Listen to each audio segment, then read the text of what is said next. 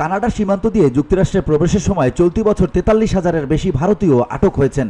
মার্কিন শুল্ক বিভাগ ও সীমান্ত প্রতিরক্ষা সংস্থার সাম্প্রতিক এক জরিপে উঠে এসেছে এমন তথ্য। সংশ্লিষ্টরা বলছেন, যুক্তরাষ্ট্রের চেয়ে কানাডার ভিসা পেতে কম সময় লাগা এবং দুই দেশের সীমান্তে কড়া নজরদারি না থাকায় এই রুট বেছে নেন অবৈধ অভিবাসীরা। যুক্তরাষ্ট্রের প্রেসিডেন্ট নির্বাচনে জয়ী হয়েই অবৈধ অভিবাসীদের বিরুদ্ধে কঠোর অবস্থানের ঘোষণা দেন ডোনাল্ড ট্রাম্প। অবৈধদের বিরুদ্ধে সেনাবাহিনীকে ব্যবহার করবেন বলেও জানান তিনি। তবে নবনির্বাচিত প্রেসিডেন্টের এমন অবস্থানের পরও থেমে নেই সীমান্ত পাড়ি দিয়ে অভিবাসন প্রত্যাশীদের যুক্তরাষ্ট্রে প্রবেশের চেষ্টা। মার্কিন শুল্ক বিভাগ ও সীমান্ত প্রতিরক্ষা সংস্থার সাম্প্রতিক এক জরিপ বলছে, যুক্তরাষ্ট্র কানাডা সীমান্ত দিয়ে ভারতীয় অভিবাসন প্রত্যাশী প্রবেশের চেষ্টা আশঙ্কাজনক হারে বাড়ছে। চলতি বছর সেপ্টেম্বর পর্যন্ত যুক্তরাষ্ট্রে প্রবেশের সময় ৪৩,০০০-এর বেশি ভারতীয়কে আটক করা হয়েছে।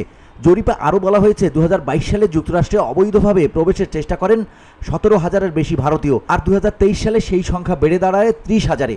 সবশেষ ২০২৪ সালে উত্তরাঞ্চলীয় সীমান্ত পাড়ি দিয়ে যুক্তরাষ্ট্রে ঢোকার চেষ্টাকারীদের ২২% ভারতীয় বলে উল্লেখ করা হয়েছে জরিপে।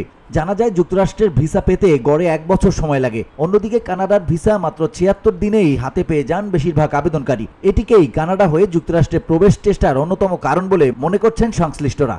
এছাড়া মেক্সিকো সীমান্তের তুলনায় কানাডা যুক্তরাষ্ট্র সীমান্তে কড়া নজরদারি না থাকায় এই রুট বেছে নেন অবৈধ অভিবাসীরা, এমন খবর প্রকাশ করেছে Hindustan Times. VOD Bangla news desk.